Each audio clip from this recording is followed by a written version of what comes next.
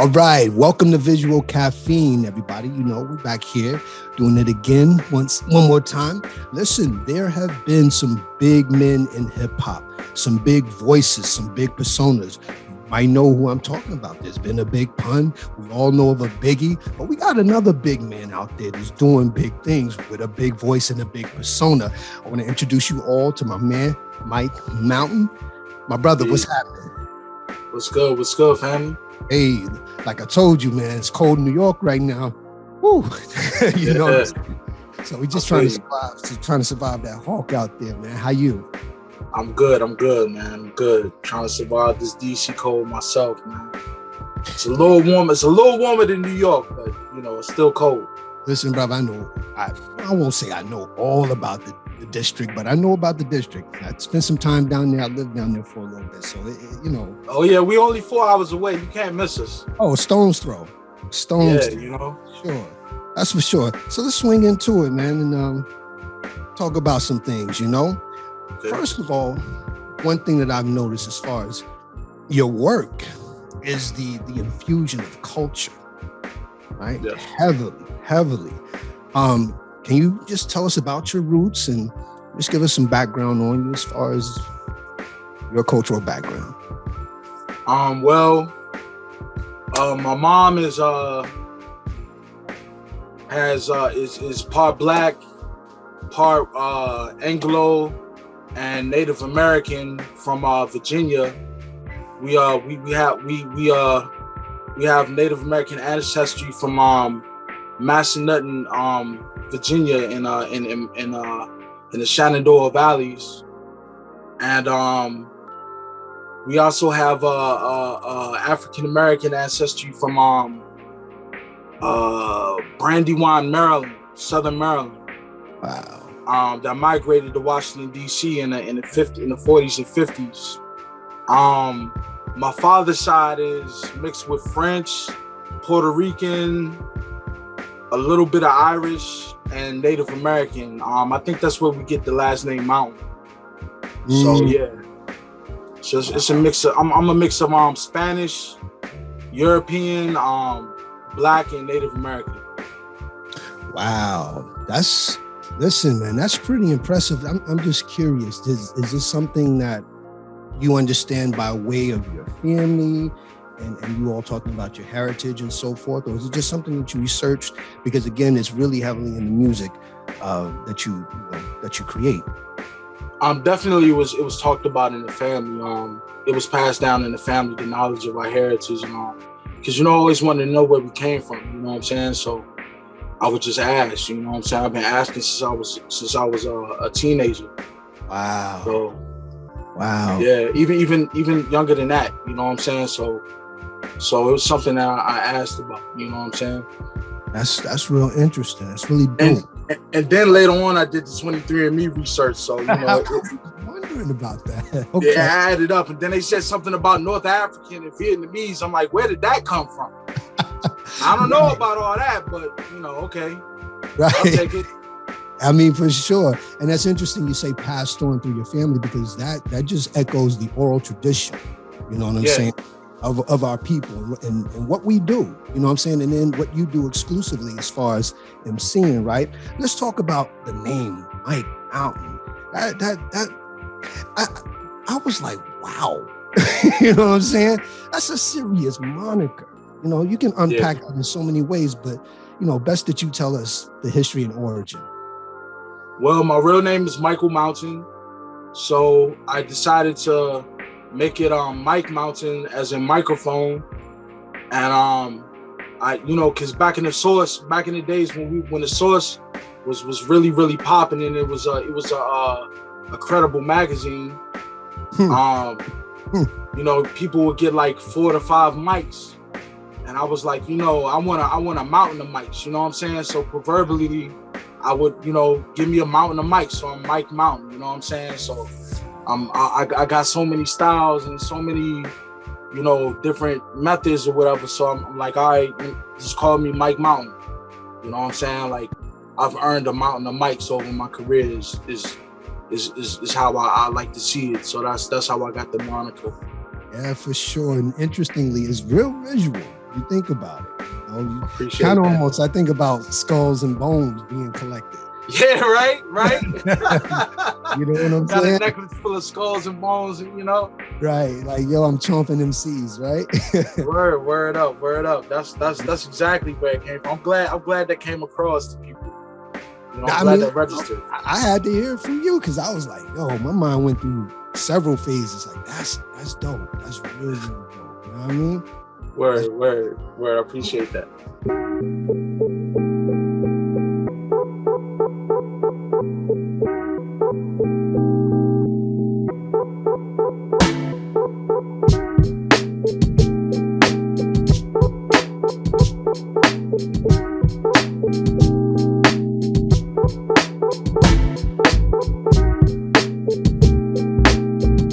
You know, talk a little bit about the district. You know, but I'd like for you to tell us more as far as the shaping of yourself and the culture of hip hop being in DC, somewhere like DC, which the heads know that it's heads in DC. You know what I'm saying? But, you know, tell us your experience about, you know, moving around the town and getting it going with your music. Well, I originated growing up in Landover, Maryland. Greenbrier Mall. That's in PG County. Oh, I'm sorry. I'm sorry. You said PG County. I was thinking of another. I'm in another city, but yeah. Yeah, that's not Baltimore. We're like 40 minutes. The quickest we are from there is 40 minutes, but it's like about an hour from here. Baltimore's an hour. Yeah, for sure. It's a whole nother world. So. Sure. Listen, I slipped up and gave an Atlanta reference. I mentioned Greenbrier Mall, but there's another mall out there in Landover, isn't there? Yeah, Landover Mall. Yeah.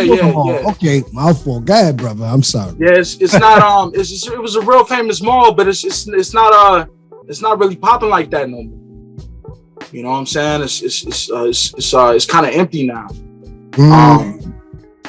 They got a Magic Johnson shopping center now, and you know that's it's called the Boulevard. That's kind of popping right now, but you know, as far as commerce and enterprise, the Landover Mall isn't anymore.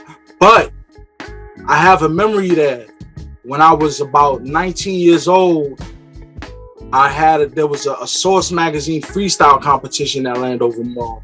That had to have been like 1998. I believe it was 98, 99, something like that. Good years. And I made it to second place. I made it to second place. Not second place, but I made it to the second round. To the second round. Yeah. Okay. I made it out of 5 rounds. I made it to the last before the last. For sure. The second before the last. So that was a big accomplishment for me. I always remember that. But as far as coming up in the DC area, man, like, you know, people wasn't really on that rap stuff like that. People was more into go-go. For sure. You know what I'm saying? If you rapped, it was more so like people was like, oh, you a Bama, you want to be like New York, or you want, you know what I'm saying? You know, this, that, and the third. And I'm like, you goddamn right. Why not? I was born in New Jersey. You know what I'm saying? So, right. You know what I'm saying? I was born in New Jersey. I'm a Jersey nigga for real. So if that's what you want to call it, that's what it's going to be. I'm a Bama. I'm a Bama. If that means you're different, then I'm proud to be different. You know what I'm saying? And that's just how I repped it. You know what I'm saying? I got in where I fit in, and the kids that I associated with were all into hip hop. You know what I'm saying? They wrote, they produced, we recorded in the studio. This was like from high school on up. Okay. So like, I just got in where I fit in, and I just hung with kids that was like really took this hip hop stuff seriously. You know what I'm saying? Mm-hmm. We were like match our lyrical prowess to we would measure it up to those that was in the industry that was close to our age, like the Hyro crew, the Hieroglyphics. You know what I'm saying? And the youngsters and you know what I'm saying, people that was really doing it at the time. So you know, yeah, we was definitely in a league of our own. We was not trying to follow the crowd. That's what's up. We was not trying to follow the crowd at all. Hey, look, we was looking at the big picture. You know what I'm saying? And look at it now. It's like, now that the internet made the world smaller, everybody's a Bama. Everybody's wearing skinny jeans, colorful colors that they wouldn't wear back in the day. You know what I'm saying? So everybody got dreads, everybody, you know, so it's like, okay, cool. You know what I'm saying? Like y'all can't say nothing now because look at all y'all. Ha ha ha. Right? So, yeah, I came to the party mad late, right? Yeah, right. You know what I'm saying? They came to the party mad late. You know what I'm saying? We've been doing this different. We've been individuals. That's you know what I'm saying? Everybody else wanted to fit in and follow the next man and all of that. And I'm like, yo, that's not where it's at. Like, y'all can ridicule us. Y'all can look down on us. Y'all can call us Bammers or whatever. But I'm not going to be a follower like you guys. Not you, but you know what I'm saying? Yeah, like, I understand. You know what I'm saying? I'm not going to be a follower like them. I'm not going to be a follower like them. I will not be a follower like them because I was born looking different. I'm like, I'm not going to fit in anyway. So fuck it, you know? Hey, might as well do my thing, right? Might as well. You know, listen, you know, my time down in DC, like I said, I was there for about 7 years. So I must have been considered a Bama too, because not being a native Washingtonian and you know, and just being a hip hop person. Yeah. I'll admit, I love Chuck Brown, right? And in the go-go scene, but it was more about the hip hop thing for me. You know? Yeah, same here, man. I love go-go, but I love the hip hop more, man. It's that boom bap made my heart beat, you know? Definitely that. You know? Listen, you mentioned something interesting just about, like, you know, the clique you ran with and doing what y'all did and being unique.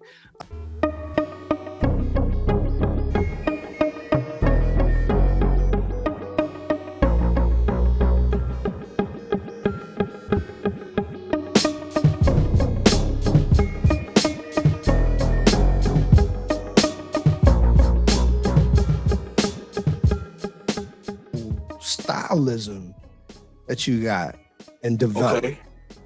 Now, there's some things about the, you know, do freestyle perhaps before you get into a song mode or whatever the case is. Just, you know, just let us know how you do your thing. Like, what you mean? How do I write? Yeah, writing, freestyling, just you know, what inspires you, what are your greatest inspirations, things of that nature, you know? Wow. I usually just you know, I get on Facebook, and YouTube, and I just browse and I see what's in my feed, and I see who's on.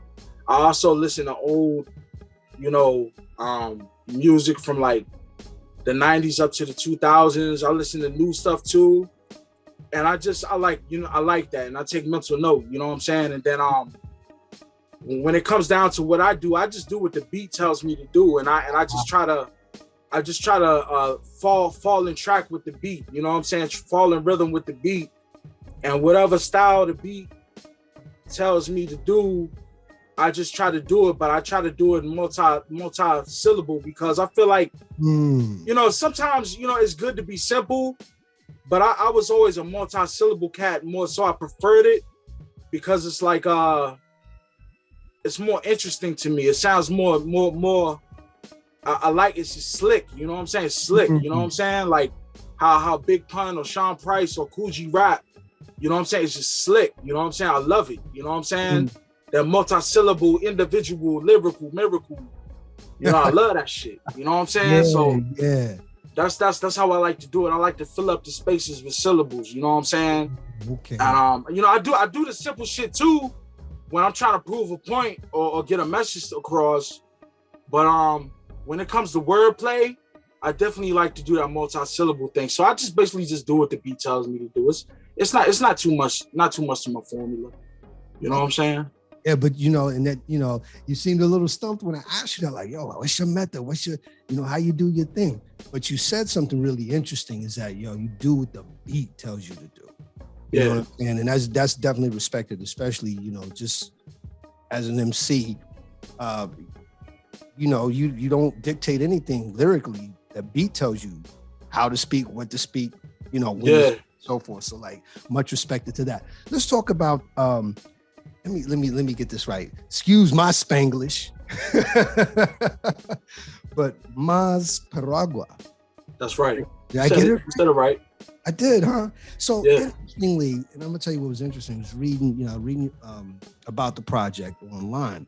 And it says, like, this latest release is described as the best parts of instrumentals, from the golden age of hip hop, and it combines with heavy Latin influence over modern break beats, or modern take on break beats. That's what it says, right?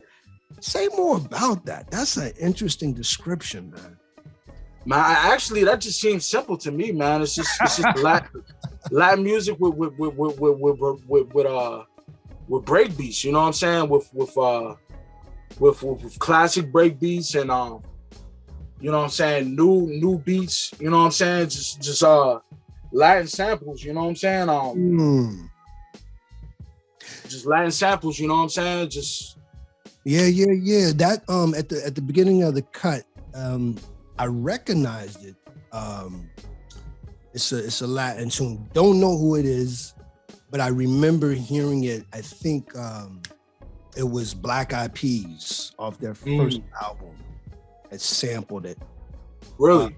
Yeah. It's a song. I'm not surprised because they're not original sample. I mean, you know. Yeah. They're not. I mean, they're popular. We got them from popular Latin songs, so you know. True indeed. Yeah. So I mean, you know, and that's the beautiful thing about this culture and the music of this culture is just how we recycle. Yeah, it's how you put your own twist on it. You know, you put your own twist to it for sure. It's all good. It just matters on how you put your own twist on it. You know, that makes it yours, makes it unique. You know. Who would you say are some of your greatest musical influences, whether it be hip hop or Latin jazz or Latin music, whatever the case? Oh man, when I grew up as a kid, Latin music made me happy when I was a little kid. When I was a small kid, I loved Latin music. Salsa was my shit, bro. Like ever since I was knee high, man, that was my shit. Then I grew up on the 80s pop rock. My mom, she raised me on that. You know what I'm saying? Like I don't even know the names of the groups, but I know the songs like shit. Damn, what Hey Mickey.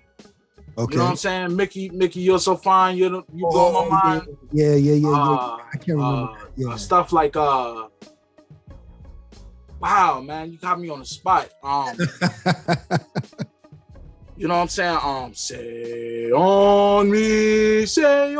Yeah. Take me on. That's Take me on. Yeah. Take on me. Stuff like this. See, I remember this stuff, but right, the rock stuff. Yeah, all that good stuff, man. The one that Jay-Z sampled for It's All Right. What's it called? Same as It Ever Was. Same as It Ever Was by Talking Heads. Okay. You know what I'm saying? Just different stuff like that. You know what I'm saying? Watching soundtracks to movies like The Breakfast Club and you know what I'm saying? Stuff like that. You know, the 80s pop really got me into singing. You know what I'm saying? Also growing up as a young 10, I would say like between the ages of 6 and 14, I grew up between the ages of 6 and 15. I grew up on real hardcore, conscious Black hip hop, yo. Like real conscious Black hip hop. Like it not only influenced me musically, but influenced me to this day. Like to this day, I still won't get a white wife, man. You know what I'm saying? I'm not knocking anybody that does. But mine is Black. Like, I'm very militant with that shit. Like I'm very hardcore. Like and that's the thing. Like I see both sides of the coin when it comes to Black and Spanish and you know the two different sides. But you know I'm still very conscious because I came from a dark-skinned mother, and I've always had that you know, not only my love for her but my compassion for her and what she's gone through, and I've always identified with that. You know what I'm saying? That Blackness and that you know, being aware of my Blackness and accepting it. For sure. You know what I'm saying? For sure. When you say conscious militant groups, just name a few that really heavily influenced you. Public Enemy, Poor Righteous Teachers, Stetson Sonic, Third Base, Wow. Yeah, KRS One. Okay. KRS One.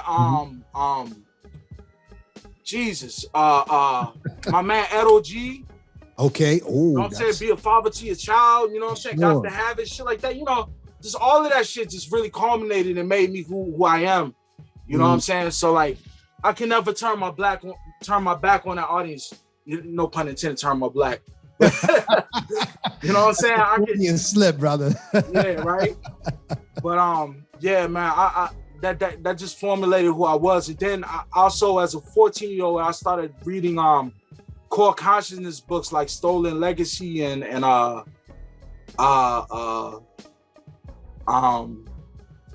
Miseducation of the Negro, From Babylon to Timbuktu, Message to the Black Man, the ISIS Papers and stuff like that, you know, because my uncle started coming back from college at that time and disseminating that information to me. So I started reading at a college level around that time. And also, like, you know, so it's just all of that from the Latin to the 80s pop rock to the hardcore conscious hip hop, you know, with the break beats and all of that, like all of that, you know what I'm saying? Like, it just made me who I was, you know what I'm saying? And into an artist, you know what I'm saying? For sure. And that's a serious combination. It's a serious. I even listened to a lot of I was even a heavy metal head, you know, trying to find myself. Like in 6th grade, you know what I'm saying? Like I was hanging with the white kids for a little bit. Right. And I was listening to heavy metal like Tesla, Skid Row, Guns N' Roses, Poison, you know, all that shit, man. Yeah. You know what I'm saying? White Snake, all that shit. Wow. And that's and you know, as an artist, I mean, that's great to have the exposure and the diversity, you know, on your palette. At least that's my opinion. You know what I'm saying? I think so too. It makes you real rounded, real seasoned. You know? Exactly. That's exactly right. And you know, I always wanted to be like Pun. You know what I'm saying? When he said, you know, I can make that love shit, that thug shit, that cry shit, that dance shit, that club shit. Right. You know, and I think that's because he's so well-rounded. He was so well-rounded with knowing so much music in his catalog that he could just make a hit like that. Yeah. You know? Yeah, and that's the genius. That was the genius. Rest in peace, Big Pun. By the way, that was the genius of him. Rest in peace. Yeah, like it was nothing.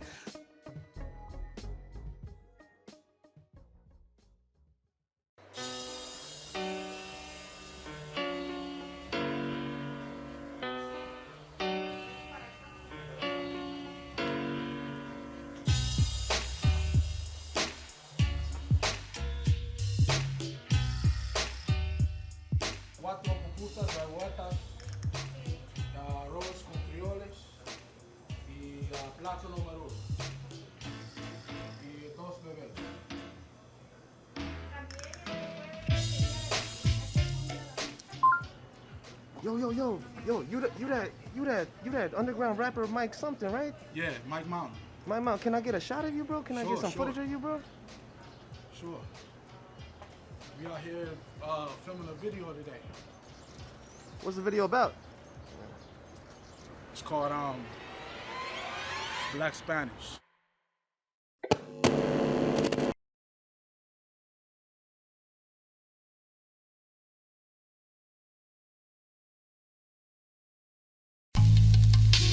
Hanzo Blaze, Mike Mountain, Black Spanish, check it.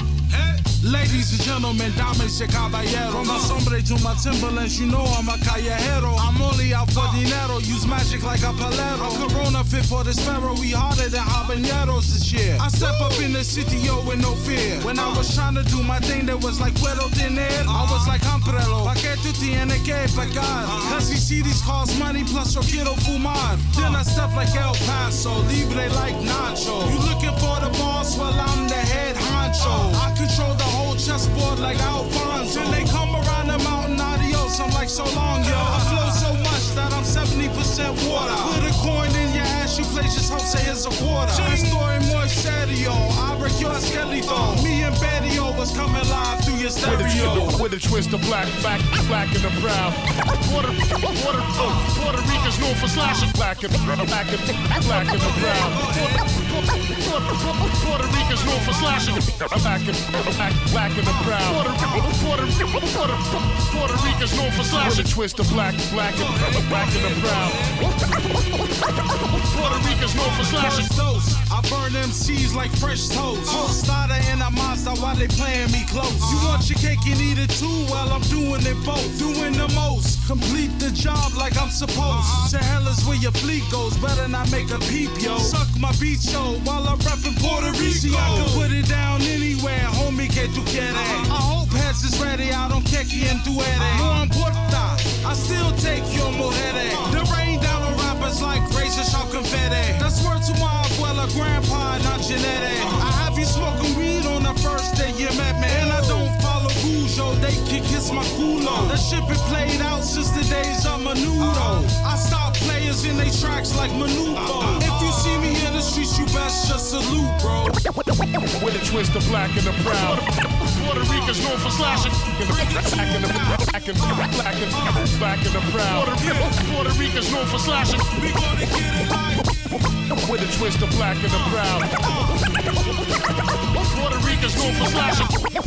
With a twist of black and the brown. Puerto Ricans known for slashing. Hoy salí pa' la calle suelto, de sentimiento de corazón desierto. A veces me siento muerto, pero luego me das tu cuerpo. Pon a beber si prendelo otra vez.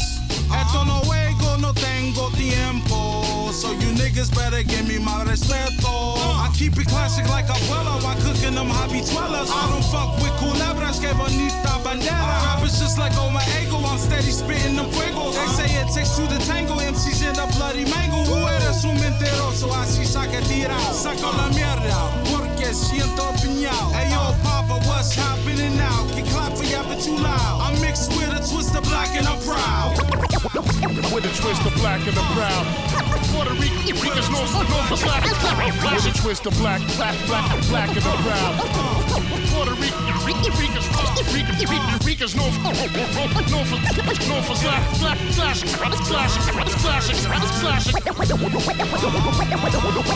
With a twist of black and the brown.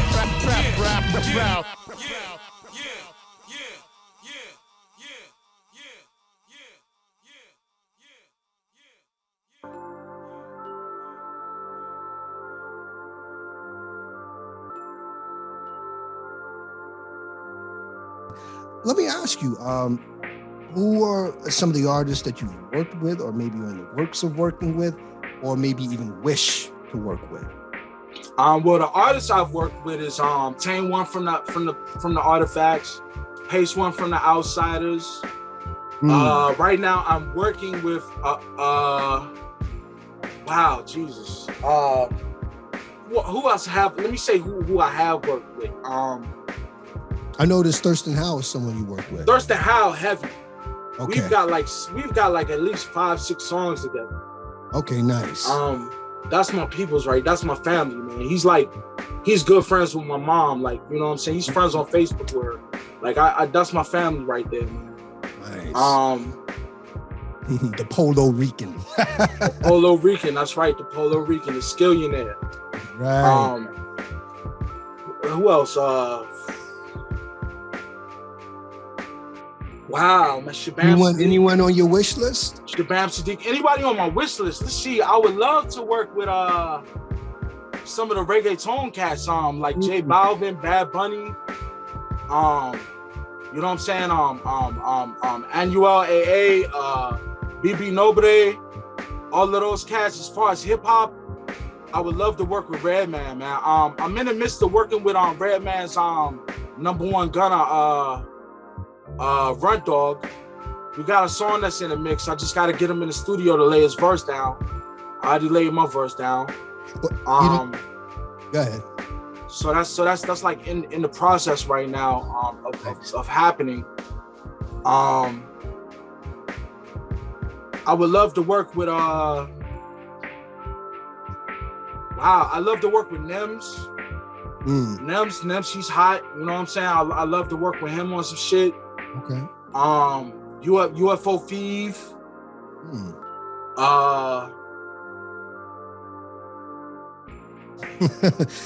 Yeah, and the list goes on, right? Yeah, man. It's just too many, man. It's too many, man. It's too many. My comedy.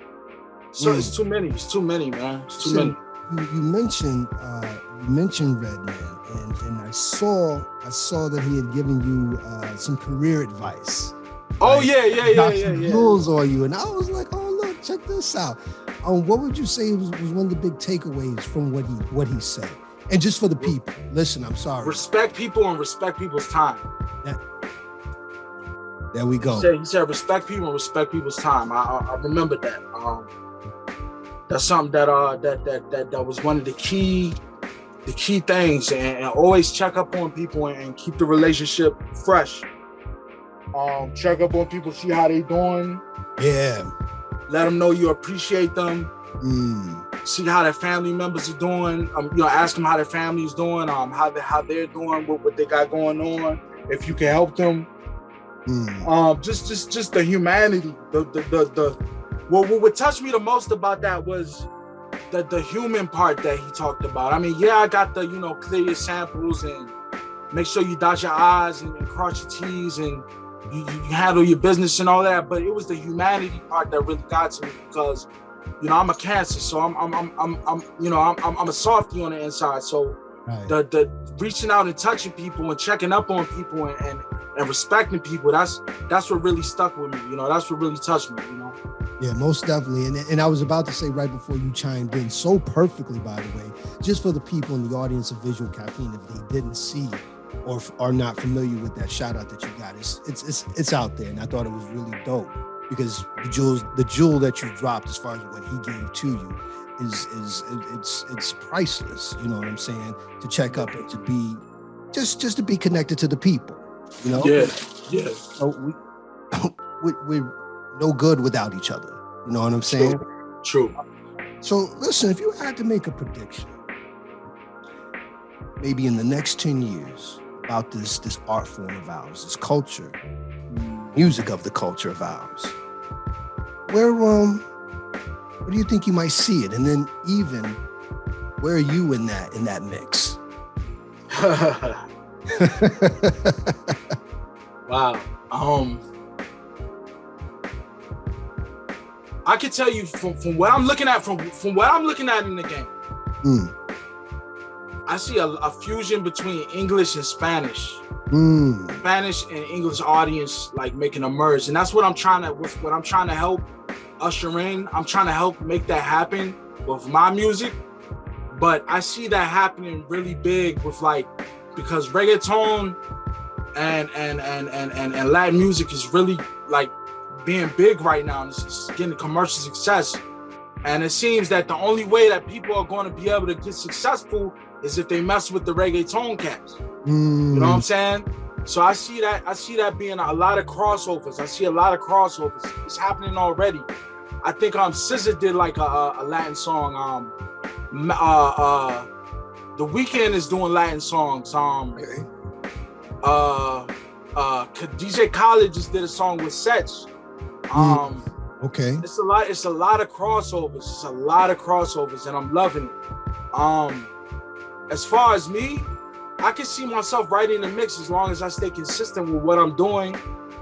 I can see myself right in the mix and along with that. But I'm a shoot for the stars, but I'm humble with staying on the hills. You know what I'm saying? If it don't work out for me as far as on a big time success, I'm fine with that because it's a lot of pressure comes with that. You know what I'm saying? True. Being a superstar and all of that. You know what I'm saying? It's a lot of pressure that comes with that. As it is, I'm a Cancer, so I'm paranoid as it is. You know what I mean? I stay in my shell. Right. You know what I'm saying? Right. So, and you feel everything though, right? Yeah, you know what I'm saying? I got to keep my distance from things sometimes, so I don't get too caught up in it. You know what I mean? Emotionally. So yeah. I try to keep my little space to myself so I can keep my peace. So I don't know about getting famous, but if it happens, then it's meant to be. You know what I'm saying? I'm gonna try to do the best that I can. It was meant to be. My whole thing is I just want to leave a legacy. You know what I'm saying? I just want to leave a legacy.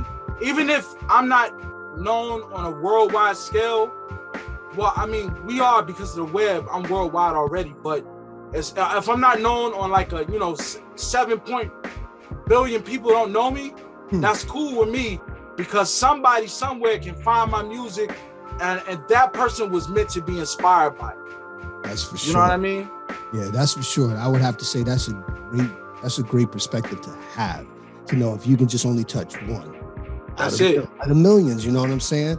That's really super dope. That's like me and children. I just want one. If I got 2 or 3, that's cool. But if I just got one, then my seed lives on. You know what I'm saying? My name lives on. That's good. That's good for me, bro. Yeah. So if I get one listener that I inspired like 20 years from now after I die, whatever, I hire inshallah, whatever happens, you know what I'm saying? Then, that's what it's meant to be, you know. All right. Listen, tell the people of Visual Caffeine where they can find you, all of your handles and channels and things of that nature and whatnot. Right. You can go to MikeMountain.com. That's MICMOUNTAIN.com. That's my website.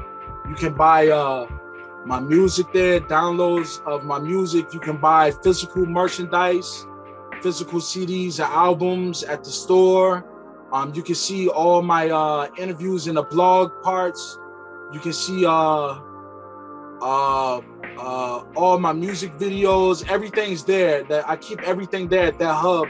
Also, whenever I come out with music, I put it on YouTube. You can catch me at Mountain 78 or look me up at MIC Mountain. That's 2 different words, or you can look up the same one word, Mike Mountain. I'm on Twitter as Mike Mountain. SoundCloud is Mike Mountain. Jesus. I'm all over the place, man. I'm on all streaming platforms. All streaming platforms, you can find me, Mike Mountain. I keep it simple. You know what I mean? I'm on everywhere. Just look up Mike Mountain. Just Google me and you'll find me.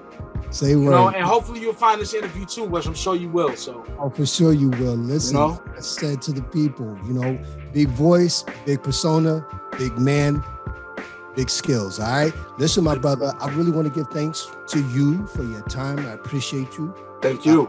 For having this time carved out for us. And I wish you all the best, my brother. I wish you all the best. Keep rocking. Thank you. You know what I mean?